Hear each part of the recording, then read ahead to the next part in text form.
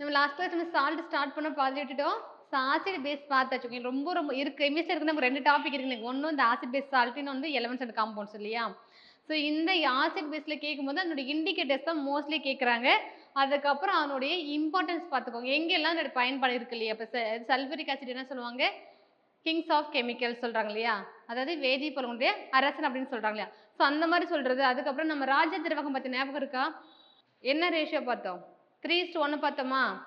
என்னென்ன சேர்த்துறாங்க? HCl-ம் nitric acid 3:1. 3 வந்து HCl, NH4 வந்து 1% ஓகேங்களா? 3:1ங்கிறது அக்வாரிஜியா சொல்லுவாங்க இல்லையா? ராஜ திரவகம்.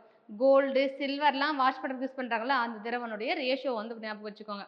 ஸோ அந்த மாதிரி முக்கியமான ஈவெண்ட் வந்து கேள்வி கேட்பாங்க. ஸோ இன்னைக்கு நாம பார்க்க போகிறது சால்ட். சால்ட்டுங்கிறது வந்து ஒரு நியூட்ரல் ஓகேங்களா?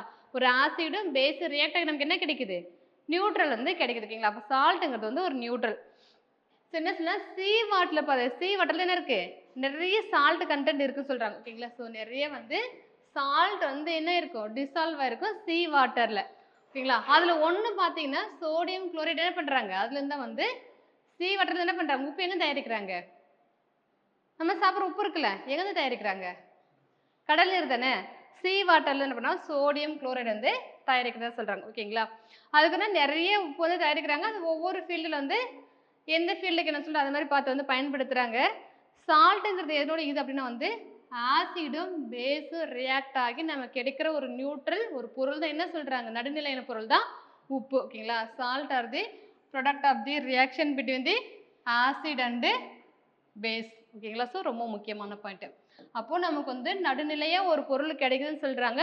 எப்படின்னா ஒரு அமிலமும் ஒரு காரமும் சேர்ந்து நடுநிலையாக கிடைக்கக்கூடிய பொருள் தான் உப்பு ஓகேங்களா? இந்த ஸ்டேட்மெண்ட் முக்கியம். அமிலங்களுக்கும் காரங்களுக்கும் இடையே நிகழும் நடுநிலையாக்கல் வினையினுடைய மூலம் கிடைக்கக்கூடிய பொருள் தான் என்னது? உப்பு அப்படின்னு சொல்றாங்க ஓகேங்களா? இப்போ பார்த்தீங்க அப்படின்னா வந்து salts produce positive ion and negative ion ஓகேங்களா? when dissolved in water. ஏன் அப்படி சொல்றாங்க? இப்போ நம்ம உப்பு இருக்கு ஓகேங்களா? நீரில் கரைந்து நேர் மற்றும் எதிர் அயனிகளை உருவாக்குகின்றன. எப்படி உருவாக்கும் இது? எப்படி பாசிட்டிவ் நெகட்டிவ் உருவாக்கும்? நான் அன்னைக்கே சொன்னேன் உங்களுக்கு ஆசிட்ங்கிறது என்னது? HCl பேஸுங்கிறது NaOH. நமக்கு இது வாட்டர் டிசால்வ் பண்ணும்போது எப்படி வரும்? H பிளஸும் Cl மைனஸ் வருமா? ஸோ இங்கே நெகட்டிவ் இருக்கா? இப்போ நமக்கு என்ன கிடைக்குது? சால்ட். சால்ட்டுங்கிறது என்னது? சோடியம் குளோரைடு ஓகேங்களா? இப்போ சோடியம்ங்கிறது என்னது? பாசிட்டிவ் அயானா? எண்ணெய்ங்கிறது பாசிட்டிவ் அயானு. சிஎல்ங்கிறது இந்த குளோரைடு இல்லையா? ஸோ என்னது இங்கே இருக்கு? அப்போ என்னது? Negative ions. இப்போ புரியுது ஏன் அப்படி சொல்றாங்கன்னு சொல்லிட்டு. Salts produce positive ion and negative ion when dissolve in water. அது நம்ம உப்பை வந்து நம்ம நீரில் கரைக்கும் போது நமக்கு என்ன கிடைக்குது? பாசிட்டிவ் அயனும் நெகட்டிவ் அயனும் கிடைக்குது அப்படின்னு சொல்லிட்டு சொல்றாங்க ஓகேங்களா? ஸோ ஒரு ஆசிடு ஒரு பேஸும் சேர்ந்த ரியாக்டாக நமக்கு என்ன கிடைக்குது? சால்ட்டும் வாட்டரும் கிடைக்குது. சால்ட்டுங்கிறது வந்து நடுநிலை பொருள் நியூட்ரல் ஓகேங்களா? அடுத்து பார்த்தோன்னா வந்து நார்மல் உப்பு ஓகேங்களா? அதாவது NaOHும் HCl சேர்ந்து நமக்கு என்ன கிடைக்குது? இதை பேஸு இது ஆசிட் ஓகேங்களா? சோடியம் குளோரைட் நமக்கு வாட்டர் வந்து கிடைக்குது தான் பார்த்தோம் இல்லையா? நார்மல் உப்புங்கிறது வந்து obtained by complete neutralization of acid by base ஓகேங்களா? அடுத்து பார்த்தீங்கன்னா வந்து ஆசிட் சால்ட். அப்போ வந்து என்ன அதிகமாக இருக்கும் இந்த இடத்துல? சால்ட்டில் ஆசிட் கண்டென்ட் வந்து அதிகமாக இருக்கும். அதனால என்ன சொல்கிறாங்க? அமில உப்புக்கள் அப்படின்னு சொல்லிட்டு சொல்கிறாங்க ஓகேங்களா? பார்த்தீங்கன்னா ஒரு உலோகமானது அமிலத்தில் உள்ள ஹைட்ரஜன் அணுக்களுடைய பகுதி அளவை வந்து வெளியேற்றுவதால் வந்து இது கிடைக்குதுன்னு சொல்கிறாங்க. பார்த்தீங்கன்னா பல காரத்துவ அமிலத்தை ஒரு கரத்தினால் பகுதி அளவு என்ன பண்ணுது? நடுநிலையாக்குது. எக்ஸாம்பிள் பார்ப்போம். NaOH என்னது? Sodium hydroxide. இது என்னது?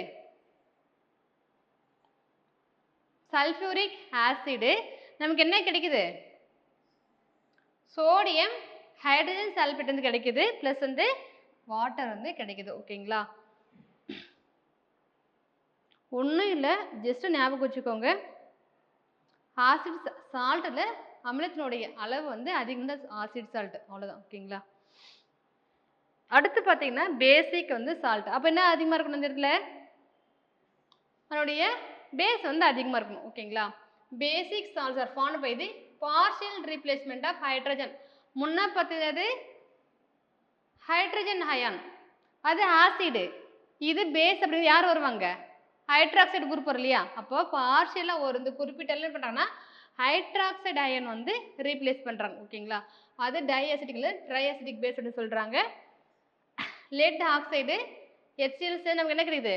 லெட் ஆக்சைடு குளோரைடும் H2O நமக்கு கிடைக்குது. ஓகேங்களா? அடுத்து பார்த்தீங்கன்னா டபுள் சால்ட் இரட்டை உப்புக்கள். ஓகேங்களா? ஸோ இதை மட்டும் கவனிச்சாங்க. நான் நெக்ஸ்ட் சொல்லும்போது மட்டும் நோட் பண்ணிக்கோங்க முக்கியமானது மட்டும். ஓகேங்களா? டபுள் சால்ட் என்ன சொல்றாங்கன்னா காம்பினேஷன் ஆஃப் சேச்சுரேட்டட் சொல்யூஷன், அதாவது ரெண்டு சிம்பிள் சால்ட் வந்து ஈக்குவல் அந்த மாலிகுலர் இது இருக்கு இல்லையா, ரெண்டு ஈக்குவலாக இருக்கிறது என்ன பண்ணுறாங்க ஒன்றா வந்து சேர்த்துறாங்க. ஓகேங்களா? Two simple salt in equal இவிகை மோலர் ரேஷியோ வளருது படிகமாக்குவாங்க இல்லையா, அந்த காய்ச்சி படிகமாக்குறது சொல்லுவாங்க இல்லையா, அந்த மூலமா என்ன பண்றாங்கன்னா ரெண்டு சால்ட்டை கரெக்டாக அந்த ரேஷியோ வந்து கரெக்டாக எடுத்து என்ன பண்றாங்கன்னா இந்த சால்ட்டை வந்து உருவாக்குறாங்க. அதை டபுள் சால்ட். ஓகேங்களா? எக்ஸாம்பிள் பார்த்தீங்கன்னா potash alum is a mixture of potassium சல்பேட்டும் அலுமினியம் சல்பேட். ஸோ இது மட்டும் நோட் பண்ணிக்கோங்க.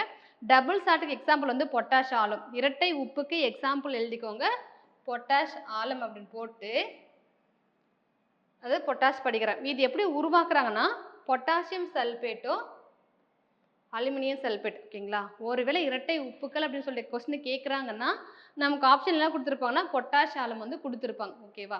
இந்த பொட்டாசியம் எப்படி உருவாக்குறாங்கன்னா ரெண்டு சால்ட், ஏன்னா வந்து பார்த்தீங்கன்னா பார்த்து இல்லையா ரெண்டு சிம்பிள் சால்ட் எடுத்துக்கிறாங்க, அதனுடைய ரேஷியோ வந்து சேமாக இருக்குல்ல ஒரே மாதிரி இருக்கு இல்லையா, அந்த மாதிரி ரெண்டு சால்ட் எடுத்து என்ன பண்ணுறாங்க அப்படின்னா வந்து படிகமாக்கல் மூலமாக இதை வந்து உருவாக்குறாங்க. அப்போ பொட்டாஷ் ஆலம் இரட்டை உப்புக்கள் எடுத்துக்காட்டு, ஜஸ்ட் அது போதுமானது.